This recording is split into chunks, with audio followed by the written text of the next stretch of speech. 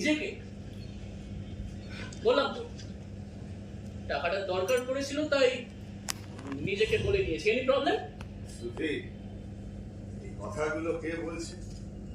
আমাদের আমাদের সেই ছোট্ট প্রীতম, যে তোমার কোল থেকে আমার কোলে আসার জন্য আমার লড়িয়ে দিত, সেই ছোট্ট প্রীতম।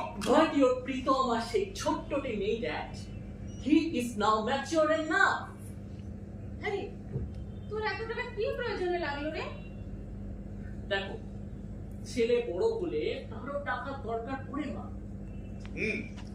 ছেলে বড় হলে তার টাকার দরকার পড়ে, কিন্তু সেই দরকারটা সে নিজেই রোজগার করে নেয় বাবা।